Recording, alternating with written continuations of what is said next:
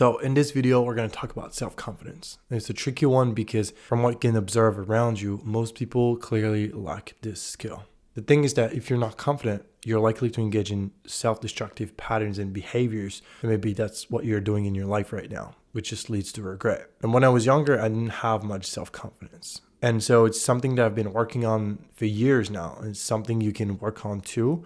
It's not something that's unattainable.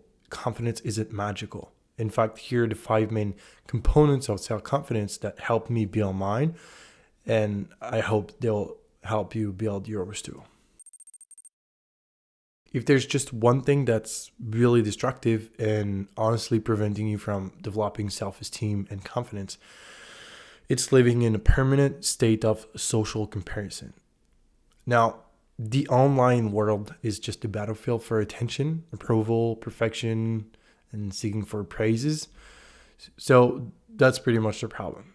And as a human being, your life cannot possibly be social comparison 24/7, which is what happens if you're a lot on social media, surrounded by people that are big into social comparison. So as I said, social media, dating apps, online personas, they put you in this situation where you feel like you're not enough. Like you always need to stretch yourself out. You need to do more, you need to be more, and you need to want more.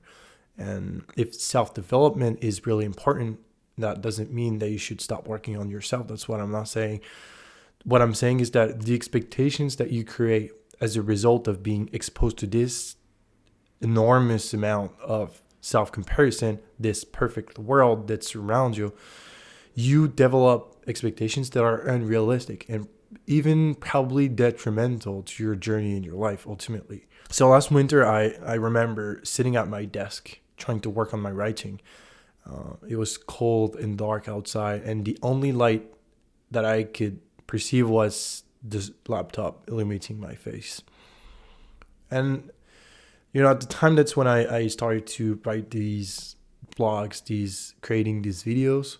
And I was trying so hard to put my thoughts on paper, but focusing on writing is actually really, really hard. And when I couldn't focus on the task in front of me, I just pick my phone out of my pocket and start scrolling. Just open my phone and start scrolling on whatever first app my brain saw. And at the time, I was really big into self-improvement and productivity. So just opening my phone and going on YouTube was a nightmare. I just remember scrolling on YouTube Shorts for 30 minutes, looking at productivity hacks while just struggling to focus on the screen for more than 5 minutes without being distracted. That was pretty brutal when it comes to my self-confidence. And all this exposure led me to feel like I could never make any progress because I kept comparing myself to those people online who seem to be able to work for hours on end without taking any breaks and losing any concentration in the process. And my brain was telling me, like, look at those people, and I'm sure your brain does that too. Look at everyone else but you, all those people who seem to have their lives under control, who seem to be able to focus for 5 hours straight without using social media or taking a glance at their phones. And you have to know that your brain is really quick to switch into comparison mode because it's been designed for that. And if you start to feel inferior, then suddenly everyone else seems to be doing way better than what you're doing. And the comparison leads to just destroying your self-esteem and your competency. So your your awareness of what you're capable of doing. Except that you don't know the whole truth, right? Because this perfect world that surrounds you, when people talk, and especially on social media, they almost never give out the full picture. They don't tell you that they sometimes feel the same way you do because that would expose them as weak and incapable of doing the things that they're doing. But paradoxically, this cultivates a harmful cycle, right? Because people only post beautiful things and hide the ugly, while most of what you experience in real life is ugly and not the beautiful. And this makes you feel out of place, which is the first component of self-confidence, which is self-comparison. And you have to stop that in order to experience the self-esteem that you're really looking for, because this is just way too much social comparison. You've been designed for social comparison because you live in social hierarchies, like species, right? Monkeys, they fight for the higher place in the hierarchy.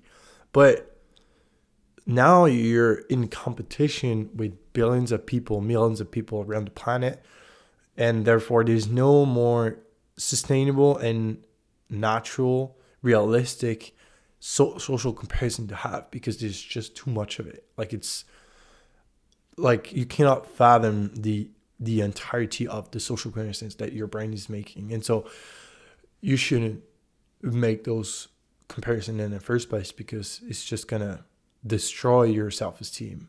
And this is the biggest generator of self-doubt: social comparison.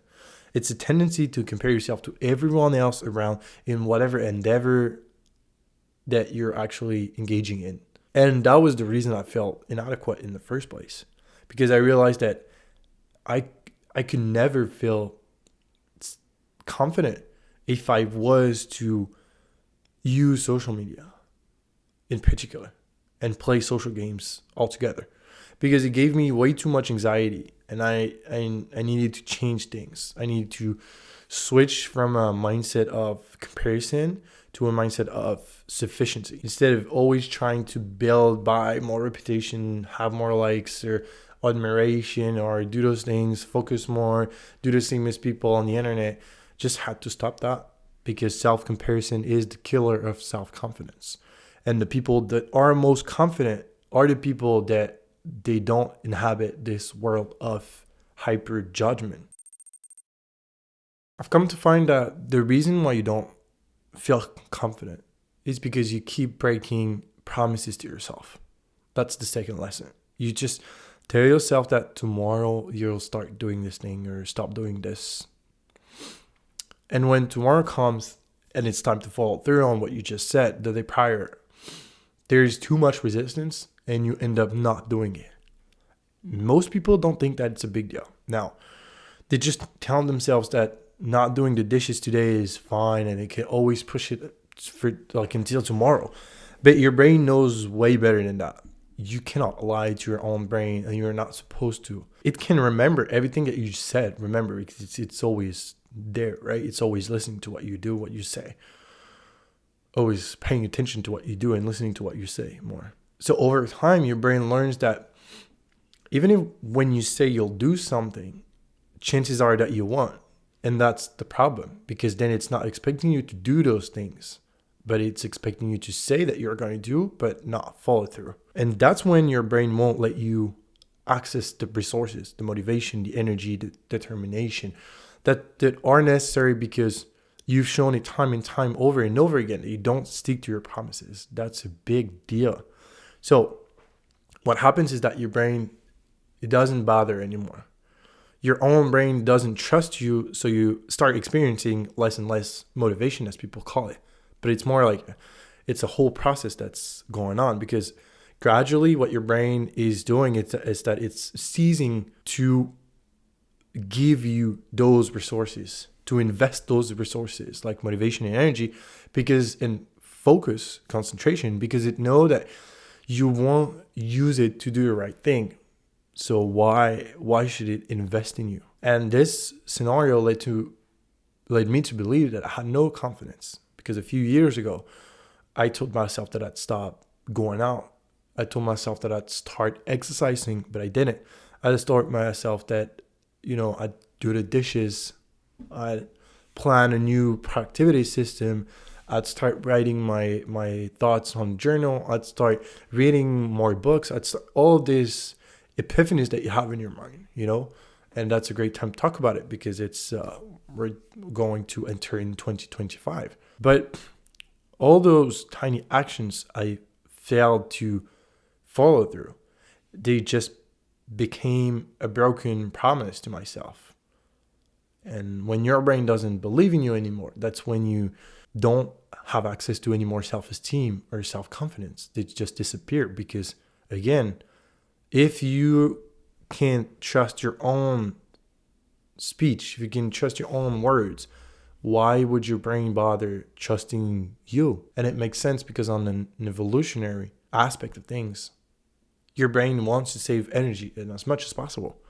And the worst thing for it is to waste resources.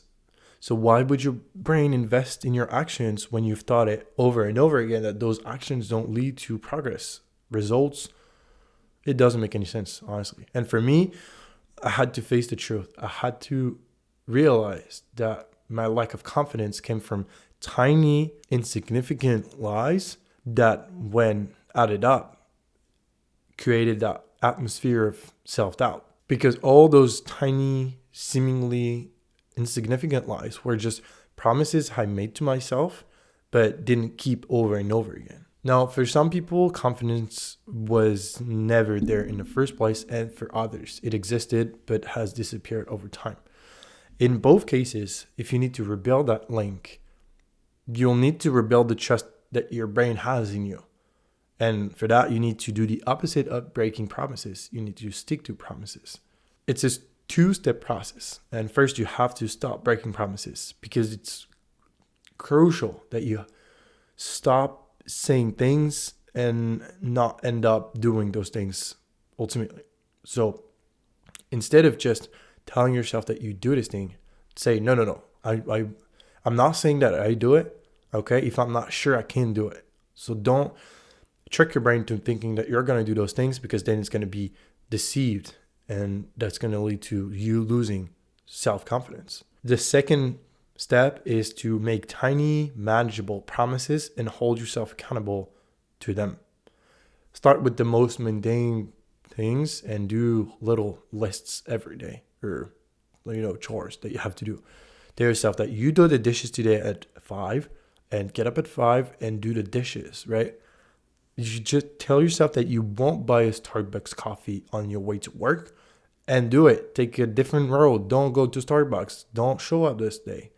It's really important, because the improvement in your confidence will be slim, gradual, and progressive, but that's the only way to get your confidence back. And it has to be gradual, because again, that's the only way for it to be sustainable. When something is very important to you, you focus heavily on it, and it becomes your whole world, right? It's the only thing you can focus on, the only thing that your brain wants to think about. And whether it's positive or negative, and unfortunately failure is one of the things that are not that positive, it takes your whole mental space. And I used to dramatize a lot, and I felt like I was always so close to failure, and that failure was always in front of me, always present, always there. And I used to feel like failure was a sentence, right? A punishment, because it ultimately was a rejection, saying, no, you're not good at this thing. Whereas now, when I fail at something, it means that I don't have enough information. I don't see failure anymore as something that's internal to me, but rather something that's external, happening outside of myself. And it's, again, not something that's going to direct the rest of my life or endanger my persona, because it's external to me. And I've come to realize that most of the time in my life, I did not experience a real loss. It's just a no. And I've come to realize that most of the time in your life, failure is not a real loss. It's just a no. It's not something impossible. It's a temporary rejection, and you can get over it if you really put the work in. The majority of people think that just because they did not get the job, they did not get the promotion or the date, it's a definitive answer and they will never experience the win. But very few no's are actually definitive in life, and at most instances you can still try even after you've faced the initial rejection. You can try again. Rejection is a real enemy, because the reason why failing feels so heartbreaking is because you give power to the no that's directed at you. And sometimes it's true. Sometimes a no is really a no, and that just means that your character is not supposed to be doing this thing, and that you should forget about this idea, forget about this project, or that kind of stuff. But I'd say that 90% of the time, when I would encounter a no, it was just a temporary rejection. And I would impose the no on myself without ever getting a definitive answer. I'd never go all the way because I would too scared of exposing myself to the real rejection. And so what I'd say is that when it comes to failure, you have to switch your mindset from failure being a rejection to being an opportunity to learn. And the first step for that is to be willing to fail. And I don't think I've heard anyone talk about this before. If you want to discover yourself, you want to see what you're capable of, what you want to do in your life, I'd say that you have to deliberately expose yourself to failure and learn how to handle just the failure, not the thing that you're failing at, or you're not succeeding at doesn't even matter, because first you really have to shape that relationship with failure and learn how to handle the feeling of rejection without growing anger, resentment, jealousy, whatever, that kind of negative emotions. Just be okay with the fact that you're failing. And I've met very few people in my life who had the courage to really try things, if it meant failing. But if you do that, if you accept the fact that in whatever behavior, whatever endeavor, you might fail, and it doesn't mean that you're a bad person, that you're useless, and that you're not good at this, then you hit the jackpot, because you can try again, and you can try again, and at some point you're going to succeed. Then it's just a matter of time. Because when you've managed to shape a neutral relationship with failure, then trying again is just an investment of your energy and your time, which is things that you have, especially when you're young. So it doesn't matter anymore to fail, because it's just a matter of time before you succeed, because you don't fear the rejection anymore. When you do this, you reframe failure as a tool instead of being this heavy and dangerous feeling that you need to be scared of because it's self-destructive. It becomes a tool for learning, so it's an opportunity. And I personally think that being willing to expose myself to failure without attaching myself to the outcome is one of the most important lessons I've learned when it comes to self-confidence. Because, how confident would you be if you were able to try all the things that you said you'd try, fail, and be okay with it, and maybe even on a long enough horizon timescale, but even be capable of succeeding because you fail over and over again, but you kept on going. So ultimately, I think that failure is only destructive if you believe that's its nature. But if you consider it a must, if you consider it a normal step in your journey, in your learning process, a necessity, then it becomes your ally instead of your enemy. Most people with low self-confidence are constantly trying to fix their relationships. Some even spend their life jumping from one relationship to another, just failing to realize that the first relationship they need to take care of is the one that they have with themselves. And I'll argue that you cannot experience profound and fulfilling relationships unless you start by fixing the relationship that you hold with yourself. Because it's the first relationship that you have, and the one that's most important because you spend the most time with that person, which is yourself. And all relationships are made possible through communication, and more specifically language.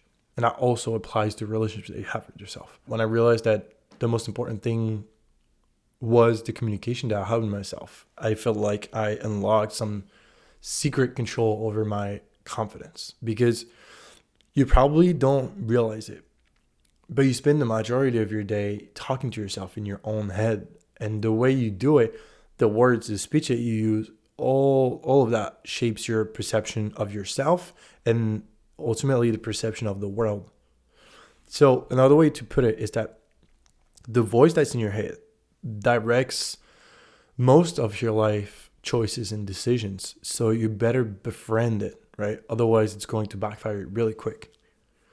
The voice needs to be friendly, because without that, you're not even congruent with yourself. You're not even one person. You're just always like someone is. Your thoughts in your head and the voice in your head are not aligned. So this voice needs to be friendly. And that's not a new idea that I'm sharing. It's something that's been around for a long time. Self-acceptance is really crucial virtue. But it's not something I've heard much in the self-help community, especially amongst male, like the male self-help community. Self-acceptance often gets left aside because it's perceived as not being alpha enough, right? It's associated with butterfly talk and saying great affirmations in front of the mirror, but it's none of that. I believe that you cannot become truly confident without cultivating a positive and friendly voice in your mind.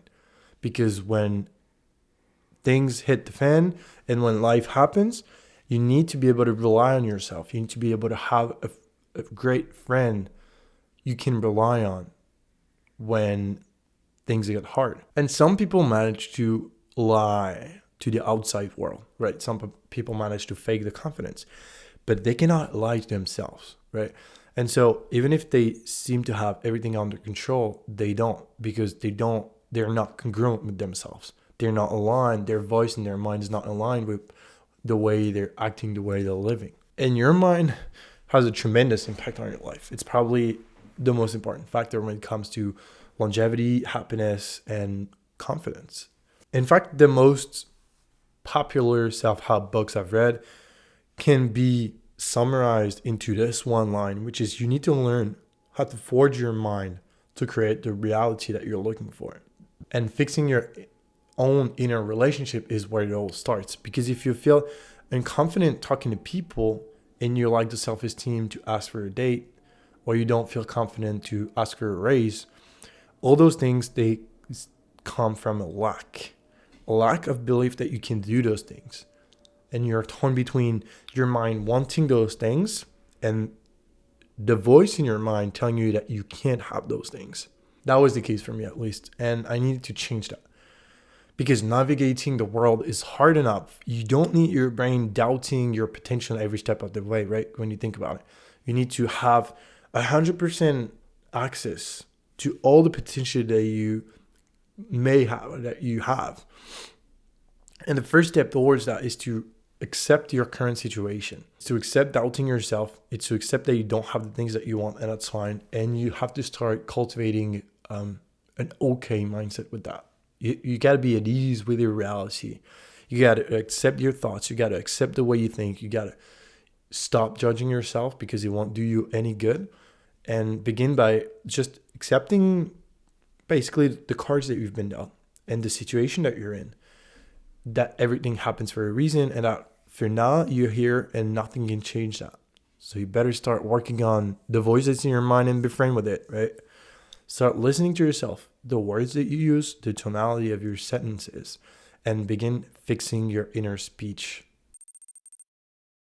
Like it or not, you are here right now because of all the decisions you've made in your life. And if you're an adult, there's only one person who's decided the current course of your life, and that's you. And confidence is ultimately linked to responsibility, and I don't think you can develop it without. If your life sucks, it's because you behaved in a way that shaped it that way. Life is not against you. Forces in the universe don't care about you. The only real reason why you find yourself in this situation is because on some level, you accepted it as your reality and you kept going on that path. Now, I'm not saying that life is easy. I'm not saying that things did not happen to you. But what I'm saying is that if you accept that all those things happened as a result of you making decisions, then you have control over your life, which is, in my opinion, the hardest part of self-esteem is self-responsibility. But it's also the biggest leverage you can develop if you want to access self-confidence. And most people don't go that far because they don't want to be held entirely responsible for their lives, which is a big deal because this means accepting the failures, the rejections, and the mistake they've encountered when they were just living, right? And that it was their own doing and not the world's. And I used to blame the world for the state of my life. The reason I did not have those things that I wanted, the reason that I felt bad, could only be explained by the stars not being aligned. But this is a dangerous game to play. This is not something you're going to be involved in. Because not taking responsibility robs you again of the only key there is to becoming confident, which is control over your life. And human beings, they really need to feel a sense of agency, to feel like they have willpower, to need to feel like their decisions, choices, and actions make a difference in the world. But for that to be possible, you also need to accept that the consequences and repercussions of your actions are your responsibility and yours only. And that's a hard pill to swallow. That's the hardest thing to put in place, in my opinion. And for instance, the reason I didn't have a good looking physique was because I wasn't exercising and I was eating the wrong food, the wrong stuff. And that's my fault. No one ever told me to eat that stuff and not to exercise. And over time, this became my routine. But still, in order to change that, I had to accept the consequences and take on the responsibilities that are associated. Your mind will not like that. Again, that's why I put that befriending the voice in your mind before that, because if you try to do that prior to the previous part, then what's going to happen is that your mind's going to try to reject that, and your negative mental state is going to appear, and you're going to feel like things are probably worse than they are right now, because your brain is going to try to protect you from the negative emotions that will arise as a result of you accepting and facing responsibility. And again, there's no way around it. You just have to do it when you're ready. So just know that you'll probably feel worse before you feel better, and that's just part of the process, right? Ultimately what you're looking for, the outcome, is to build self-esteem, and that's worth the risk. And for me, this whole cascade of change started when I took care of my physical health, because it's hard for people to change the mind only with the mind. Don't get me wrong, everything that I just stated still applies, and those are, in my opinion, the 5 main pillars when it comes to building self-confidence. But I'd say if you're in a similar situation comparable to where I was at the time, I think that the best thing that you can do right now to bring back your self-confidence is to work on your physique. And more specifically, if you're not playing any sports, to adopt the habit of going to the gym, because that is something that's universal. You can do everywhere, and virtually you're just in competition with yourself, which is really what you're looking for. And for those that want to take that route, check out Fitness Autonomy, because it covers basically everything that I've learned about how to do exactly that. And for those that don't want to start with going to the gym, any type of physical exercise will work, and you don't need Fitness Autonomy. That's what I'm not saying that, but it may help though. And the secret is becoming friend with your mind and make it a normal part of your life. And that's when you unlock true self-confidence, and that sticks with you for the rest of your life. So in any case, I hope this helps. And in the meantime, just trust the process.